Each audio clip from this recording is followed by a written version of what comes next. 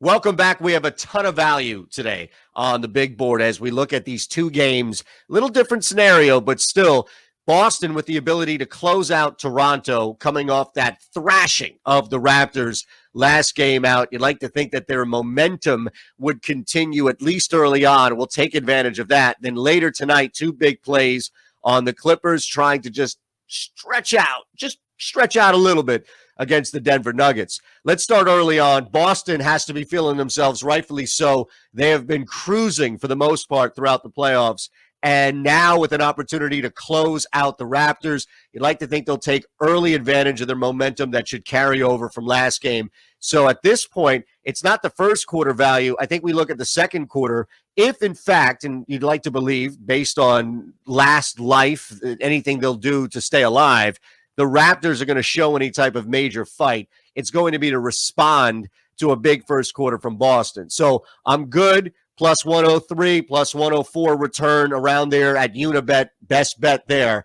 I'm good getting that return back, knowing that Toronto is going to start to show some fight. Now, again, it's going to take a little bit because Boston is going to come off this really big win, but still, there's going to be a run. There's going to be a counter. So that's where I jump in and think the Raptors are going to take best advantage of that. Move on that second quarter winner, again, plus 103, 104 at Unibet. As far as the game itself, 3.5. Boston should win this comfortably.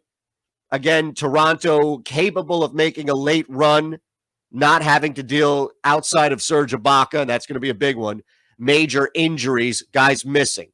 But honestly, I think the play here, and you'll notice this theme, is there'll be a safe play and then a little risky play, and it'll be actually two totals. But let's start with Boston and Toronto, is under the 210.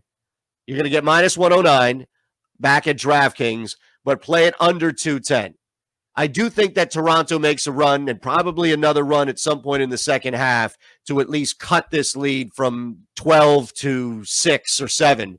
But I can't imagine that Toronto comes out and explodes with a level of offense. So ride that under 210, minus 109 at DraftKings. Second game tonight. Clippers, Nuggets. Again, LA trying to create some distance in this series with Denver. And I think the initial play here would be to look at the spread. The safe play here is to look at what's going on with this Clippers team, trying to take even more advantage, exploiting the struggles of Jamal Murray. That's been the storyline of this series. You haven't had any Luka moments from Jamal so far. I don't think it's all on the Clippers defense or scheme so much as Jamal Murray is struggling on his own, but Clippers are definitely taking advantage of that and exploiting it to a good level. So that doesn't automatically come back and bounce back. Denver might keep it close and competitive at times, but I think an early run or even a big run at some point in this game, it could be tight for 3 quarters.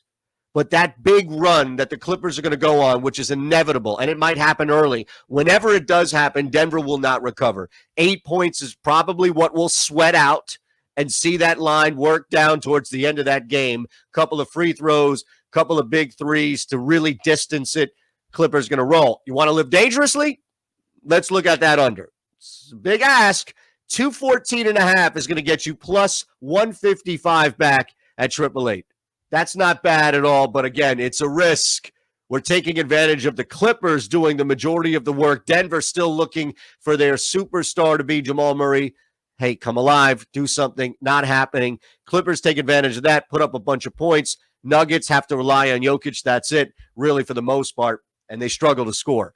That's the big risk. Enjoy the games. For Odds Checker, I'm Eytan Shander.